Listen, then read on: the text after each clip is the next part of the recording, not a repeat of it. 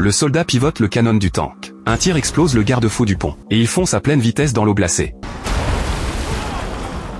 L'ennemi croit qu'ils agissent par désespoir. Sauf que non, le mec avait déjà prévu sa route de repli. Tout le monde enfile les respirateurs. Maintenant faut juste attendre que le tank se remplisse d'eau, pour ouvrir la trappe et se tirer. Sauf que l'ennemi flaire le coup, et ordonne de mitrailler la surface comme des tarés. Sous l'eau personne ose bouger. Mais face à cette pluie de balles, leur oxygène fond à vue d'œil. Au moment où ils sont à deux doigts de suffoquer, le mec profite d'une patrouille en surface, et emmène tout le monde nager par en dessous. Mais en pleine fuite, ils tombent sur des ruines sous-marines. En voyant ces magnifiques statues anciennes tout autour, ils comprennent direct qu'il y a un trésor là-dedans. Pour savoir ce que ça cache, ils plongent à l'intérieur sans hésiter, et tombent direct sur un squelette. En s'enfonçant plus loin, ils découvrent des inscriptions en allemand gravées sur les murs. C'est un coffre-fort allemand datant de la Seconde Guerre mondiale. Les deux restent scotchés devant la scène. Ça pourrait bien être leur pillé par les nazis. Avant même de fouiller davantage, l'ennemi débarque au-dessus en canot pneumatique. Pour pas que les ruines soient repérées, le capitaine décide de remonter de lui-même, et lance une attaque surprise par derrière. Pris au dépourvu, les ennemis sont tous neutralisés. Il en profite pour piquer le canot et se casser. Très vite il rentre à la base. Le capitaine comptait signaler les ruines, mais face à des centaines de tonnes d'or, il résiste pas à la tentation, et décide de tout récupérer pour le revendre en douce. Il va trouver Laura, une archéologue, qui s'emballe direct en apprenant la nouvelle. D'après elle, pendant la Seconde Guerre, les Allemands ont raflé tout l'or de la ville, et quand les Alliés ont contre-attaqué, l'or a disparu. Vu les inscriptions en allemand sur les ruines, l'or pourrait très bien être planqué là. Il lance l'opération de récupération. Tout le monde s'équipe jusqu'aux dents, et saute de l'avion. Une fois la grande porte ouverte, il trouve une caisse remplie de vieux billets, et vu les lingots éparpillés à côté, l'or a probablement été déplacé. Alors que tout le monde repart déçu, Matt repère un mur bizarre. Il chope des outils et le force. Derrière un énorme coffre, rempli de centaines de tonnes d'or. L'euphorie passée, ils reprennent leurs esprits, et lancent le plan de récupération. D'abord ils gonflent les canots pneumatiques, et utilisent la flottabilité pour sortir l'or de la salle. Une fois tout l'or transféré, un coéquipier injecte de l'oxygène dans les sacs de flottaison. Sauf que là ça tourne mal. L'ennemi en patrouille repère des billets qui flottent. Il plonge direct pour vérifier, mais l'équipe les attendait. Les premiers soldats à entrer dans l'eau se font éliminer. En voyant les corps remonter, l'ennemi pète les plombs, et ordonne de balancer des mines dans l'eau, pour enterrer l'équipe et l'or avec. Ils esquivent les explosions de justesse, mais les ruines derrière eux commencent à s'effondrer. L'or est à deux doigts de remonter à la surface, et l'ennemi campe toujours là-haut. Au moment où ils sortent la tête de l'eau, l'ennemi dégaine un lance-roquette. Matt riposte au pistolet.